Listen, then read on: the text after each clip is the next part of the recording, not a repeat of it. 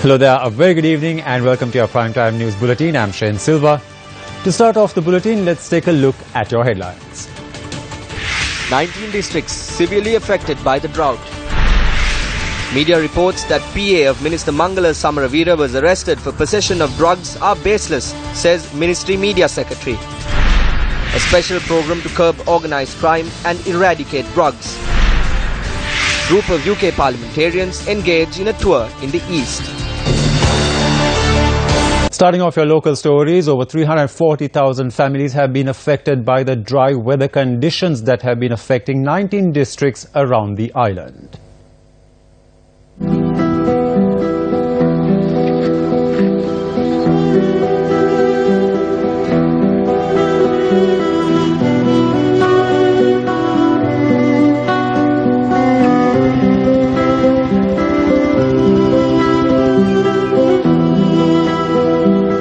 Kandat na tunga kijiga tero bohom amarin kanna tunga goita hari kiye ne apata hari amarin thama kijiga tena ide desabana jo baladari apetya balanne.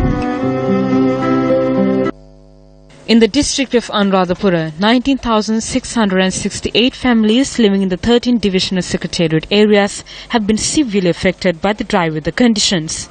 This was a situation witnessed in areas such as Tantirimale, Vilachir, Kandripitiya and Addakkala in Anuradhapura. Our wells are dry. We don't have water to drink. We haven't been able to cultivate for 3 seasons. They said we would receive compensation, but we are yet to receive a cent. These children go to school today under the hot sun.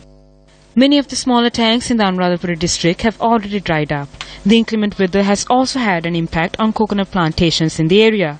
The districts of Batiklo, Ampara, Polonnaruwa, Kilinochi, Vaunia, Mullaitivu, Mana, Ratnapura, Munuragala, Badulla, Matale, Kandy, Gampaha and Hambantota have also been severely affected by the adverse dry weather conditions. According to reports from Kilinochi, over 24,000 families have been affected by the dry weather. The land is barren because of the lack of rainfall. Even the coconut trees are being affected, so there is no point in talking about other crops. The farmers cannot find a green leaf to sell anywhere. Today marks Nikini Full Moon Poya Day. It is believed that on a day like today, the first ever Dhamma Sangayana was recited. Attainment of Arahatship by the Buddha's chief attendant, Ananda Mahathera, commencement of the first Dhamma Sangayana, convocation to settle the Buddhist canon and Pasuvas, or the commencement of the Vas period, by those who had not started the period of sojourn on the Asala Full Moon Day are some of the important events associated with Nikini Full Moon Poya Day. Many devotees engage in religious observances today in line with the Nikini Full Moon Poya Day. Religious observances were also held today at the Shaki Malakia, located opposite the head office of the Capital Maharaj organization. Members of the TV1 staff took part in the religious observances today. The sermon was delivered by Venerable Vallavaya Damisra Thero of the Hunupitiya Gangarama Vihare.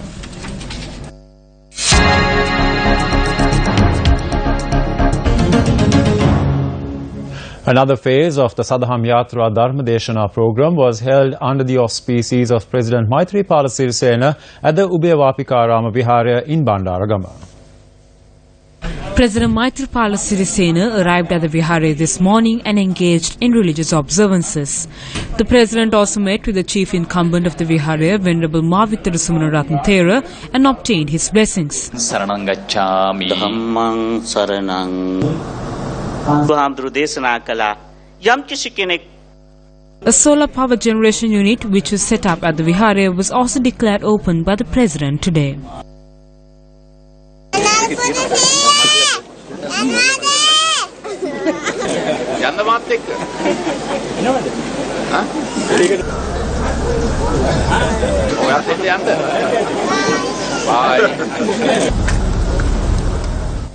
On to other local stories now. The media reported today that Prime Minister Ranil Wickremesinghe had said that the party would not protect thieves.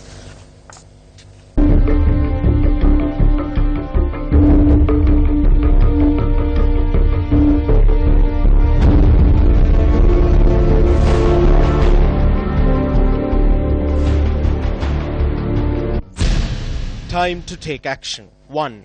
The Google Loon project undertaken through ICTA, or the Information and Communication Technology Agency, has failed. The Total Pay National Payment Platform project has failed. The ENIC project has stalled. ICTA's board of directors, comprised of the chairman Chitrangani Mubarak and directors Attorney at Law Rakita Rajapaksa, Dumindra Ratnayaka, Dr. Ajit Madura Peruma, Aziz Hilmi and Dinesh Jayawardena. The CEO of ICTA is Muhundan Kanage, who is only required to report to work 3 days a week and draws a salary of 755,000 rupees. 2. The central bank bond scam. Several powerful government ministers have been accused of involvement in the bond scam. Among them are Ministers Kabir Hashim and Malik Samaravikrama. Also among the accused are former central bank governor Arjuna Mahendran and his son-in-law Arjun Aloysius of Perpetual Treasuries, which purchased a majority of the bonds. 3. Irregularities in the Colombo Outer Circular Expressway and Central Expressway projects.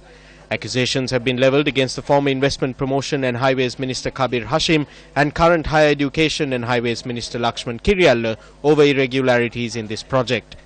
In a stunning development, the Central Expressway project was granted to a Chinese company without following a proper tender procedure. The fact that the agreement was signed on a Sunday and submitted to Cabinet for approval on Monday is a serious cause for concern. How was the agreement signed without Cabinet approval? 4. The coal scam. The Supreme Court noted that the transactions pertaining to the procurement of coal had shocked the conscience of the court and determined that the Lanka Coal Company could terminate the agreement with Swiss Singapore Limited within a sufficiently long grace period.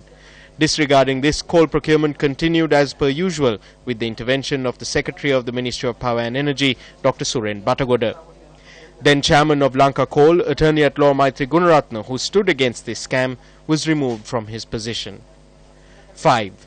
The Volkswagen factory, the deception of the people over the commencement of a factory in Kuliapitia. Shouldn't the Minister of Development Strategies and International Trade Malik Samaravikrama be held accountable for this? 6. The Panama land grab. While the former regime forcefully acquired ancestral lands of the agrarian community in Panama, the Cabinet had decided to return these lands to the people. However, an accusation has been levelled that Minister Daya Gamage is currently using these lands for a tourism project. While even the courts had determined that the land belongs to the people, has the law been enforced to put a stop to Minister Daya Gamage's actions? 7. The avant-garde floating armoury which shocked the nation. Then Minister of Law and Order Tilak Marapana resigned over the infamous avant-garde incident due to a clear conflict of interest. However, on the 22nd of May, he was reappointed to the Cabinet as the Minister of Development Assignments. Home Affairs Minister Vajirabe Wardana and Justice Minister Vijayadasa Rajapaksa have also been accused of involvement in the avant-garde scandal. The people are waiting to see what action will be taken. Addressing an event in Putlam yesterday, Deputy Minister of Sports H.M.M. Haris expressed these views to the media. Fraud and corruption is rampant. Every day on the television we see that there was a massive fraud in the central bank. We see the events that unfold at the Presidential Commission. The former finance minister is connected to it. By obtaining a house for his wife and daughters from an individual linked to this scam, he has benefited. Our country has been put to shame. This government came into power in order to get rid of corruption and fraud. The President is taking a strong stand against corruption. We are of the stance that individuals who benefited through fraud and corruption should be removed from politics. Sri Lanka free against corruption. The national anti-corruption drive, spearheaded by Newsfirst, continued today. No matter which government is in power, it appears to us that the people are defeated. Before long, our country will draw its last breath. We may not have a country left if this continues. Newsfirst National Anti-Corruption Movement, Sri Lanka Free Against Corruption, got underway in the Ratnapura and Mannar districts today. The team in the Ratnapura district visited the villagers of Pillakumbura in Balangoda today and raised awareness among the people. The residents who rely on the tea industry for their livelihood called on the government to cease unnecessary expenditure and instead provide relief to the public. Fraud and corruption has pervaded the entire system today. I have voted for almost every party in the country. Now I see that they are all rogues. මේ ලංකාවෙන් දැන් යමක්කම තේරෙන මිනිස්සු. ඉතින් මුන් කරන හොර වැඩේ අපිට තේරෙනවා. අපි draw a tiny wage. When we see the salaries that they are drawing for the minimal work they do, we wonder what kind of a society we are living in and what kind of lives they must be leading. When we consider what they are using this money for, it is revealed that this is the money they stole from the people. We wonder whether they are trying to build palaces for themselves and send their children overseas while the country turns into Ethiopia. They are limited to making election promises. Afterwards, they do not even visit the villagers. The fertilizer costs 3,000 rupees and after that we only have a week to pluck the tea before it turns yellow again. Our team also visited the village of Durakanda in Rasagala.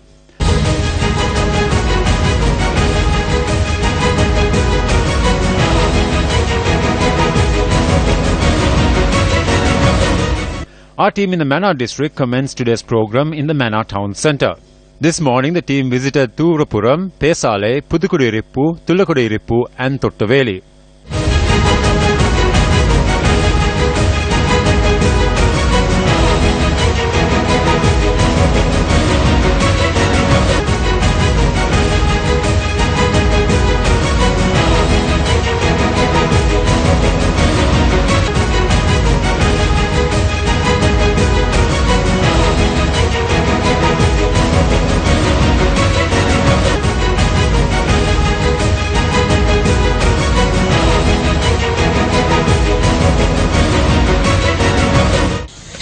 If those committing minor crimes are being arrested, why can't the police arrest ministers and MPs in the government for the crimes they have committed?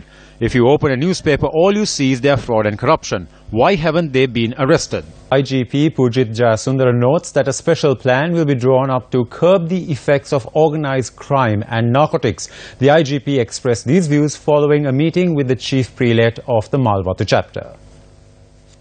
IGP Pujit Jayasundara first met with the Chief Prelate of the Malwatu chapter of the Siam sect, Most Venerable Tibbatuave Sri Sumangala Thera, this morning. The IGP had briefed the Chief Prelate on the security measures in place for the Asala Mahaperahara of the Temple of the Sacred Tooth Relic and had also spoken about the duties of the police.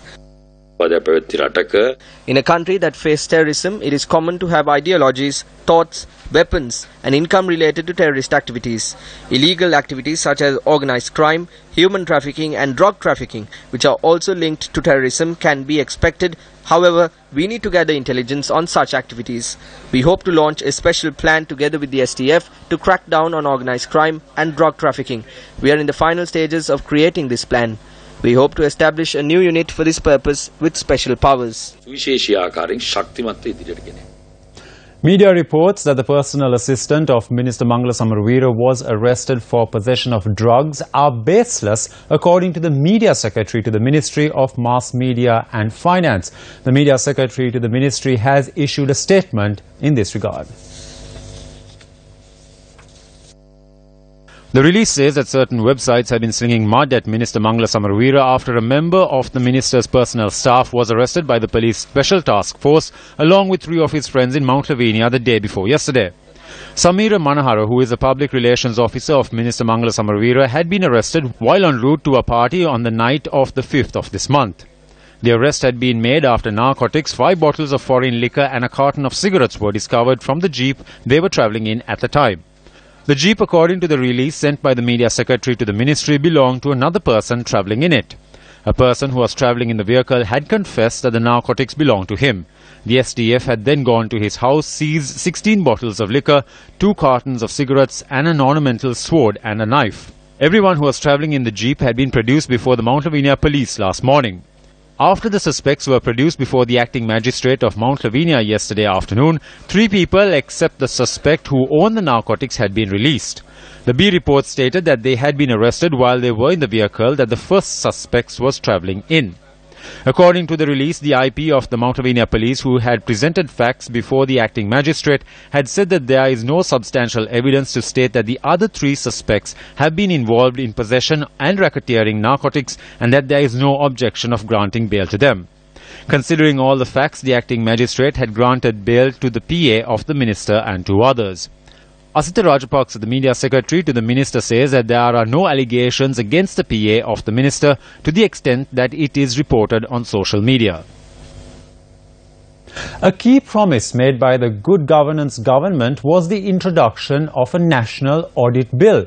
However, 2 years and 8 months later, what fate has befallen the national audit bill?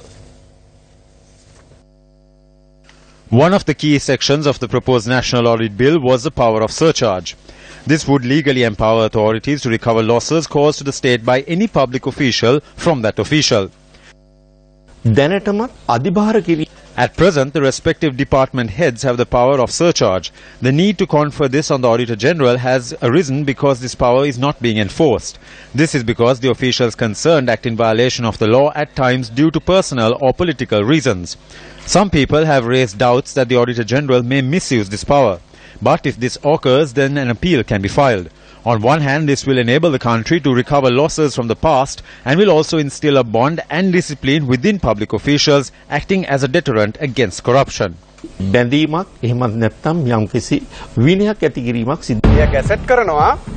bill was to be gazetted, and the responsibility of gazetting this bill was vested with the Prime Minister's Secretary. There is a cabinet memo in this regard. So does that mean that the Prime Minister has accepted a task that should have been done by someone else? Correct. I cannot comment on why such a decision was made. Only they would know the answer. That is what happened. It has been 2.5 years and it is a broken promise. Where is this process stuck? If the cabinet has empowered the Prime Minister's Secretary to get this done, then he should provide answers as to why it is taking 2.5 years. By delaying this bill, the Prime Minister is kicking aside the promise made to the people and is delaying this bill in order to protect thieves in the government. What we can see is that these rogues are being protected. The bill is to be presented to Parliament because of the need to protect powerful ministers. If the bill is being delayed, it is being delayed with the intervention of the Prime Minister. A group of British parliamentarians toured the Eastern Province today. The delegation met with the Governor of the Eastern Province, Rohit Bogullagama, at the Trincomalee District Secretariat office. We develop services. And a lot of expression came in terms of the broadening of the provincial administrative structures, as much as in the resettlement programs that have been earmarked and also have been already completed, and also the reconciliation drive that has been led by His Excellency President Maithripala and that of Honorable Ranil Wickremesinghe as Prime Minister. And we were able to respond to the clarifications and also some views that got expressed from their own experiences coming from the UK parliamentarians and some of the council heads. So with that, the sessions went on for about 2 hours, and it was a candid exchange of views. And I welcome it, and it was at high intellectual level, and that will stand well for the future augmentation of our relationships between all communities in the region, and also that with the United Kingdom's experience on the political structures. And the issue of the missing people seems, to my mind, one of the biggest, and I think my friend here has actually said very clearly that he needs to get to the bottom of understanding as to how many people are actually missing and where those people are, and then there needs to be action taken. Well, the issue most certainly was that, unfortunately, people felt that they were not being looked after properly by the central government, I suspect, and that has been the reason why people turned to violence. And I think it is something which we should always try and avoid. But this is a continuing process, not only about what happened during the course of the war, but what has happened subsequently too, and that people have ended up by disappearing, and nobody quite knows, and needs to get to the bottom of understanding as to where those people are and try and answer it, because at the end of the day we all want to have solutions and we want to have answers, and it's only by having that that we can actually get to closure on some of these issues as well.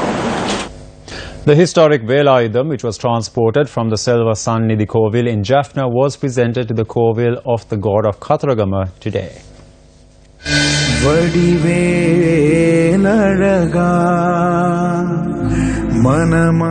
The vehicle procession commenced its journey this morning after religious activities were carried out at the Kadireshan Kovil in Hambantota.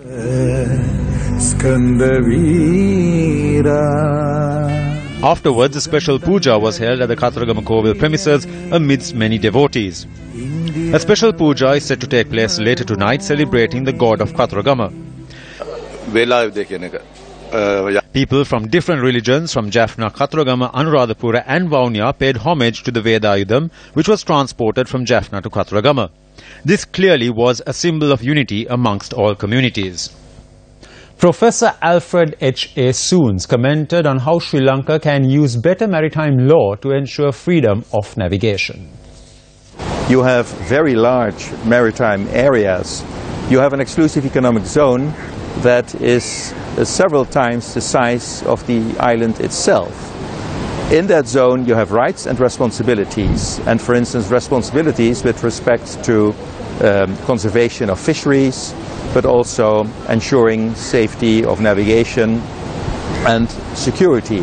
If you have an enormous increase in the future of shipping, you will have, Sri Lanka of course will have to take all kinds of measures. One of those measures will be to put adequate legislation in place. You also will need organizational and operational measures. The tusker known as Galgamuwe Dalaputua has been injured in a shooting. According to environmentalists, since the beginning of this year, 8 tuskers have died due to gunshot wounds. Officials of the Wildlife Department treated the Galgamuwe Dalaputua today in an area close to the Siamalawa tank. A team led by the veterinary surgeon in charge of the northwestern province, Dr. Chandana Jayasinghe, treated the tusker and stated that he had been shot a couple of days ago. Environmentalists charge that such acts continue to take place due to attempts by poachers to obtain elephant tusks. Tusker Tilak of the Yala Reserve and Walave Raja of the Udawalave Reserve died this year due to natural causes. However, environmentalists charge that the Kottukachi tusker, the Tani Dalaya in Galagamuwa, and a baby tusker died due to unnatural causes. The Ravana tusker, which was suffering due to a gunshot wound, died recently in the Hambegamuwa area. An elephant calf died in the Kahatagas Digilia area due to electrocution, while another calf died due to human activities in the Udawalave Reserve.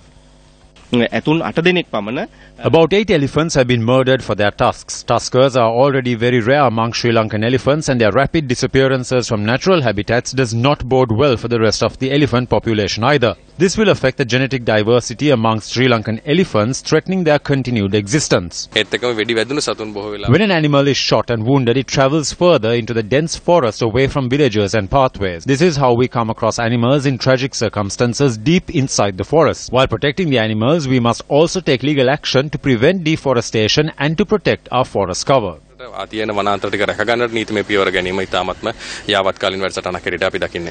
And up next is sports news.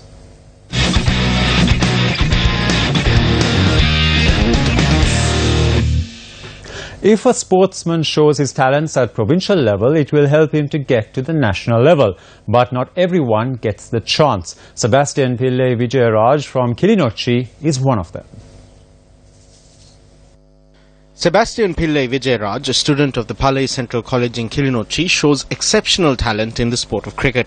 Living amid many hardships at home, his ambition is to one day join the Sri Lanka cricket team. I asked for a chance in the club, but they told me that there are seniors and that they should be given the opportunity first. I got an opportunity to play in the divisional matches. I managed to get 4 wickets in 7 overs. We won that match. During the last divisional match I played, I bagged 4 wickets in 1 over. The Sri Lanka team shows weaknesses in the bowling arena. Since my childhood, I used to follow Lasith Malinga and learn to play cricket. I believe that I can bowl faster than Malinga. I don't have a pitch to practice on. And I can only play softball with this bat. I want to be a good batsman and a bowler in the future. I don't have money to go anywhere else and play. The ball I have is burnt and I cannot play using that. I love cricket. My life will always revolve around this sport.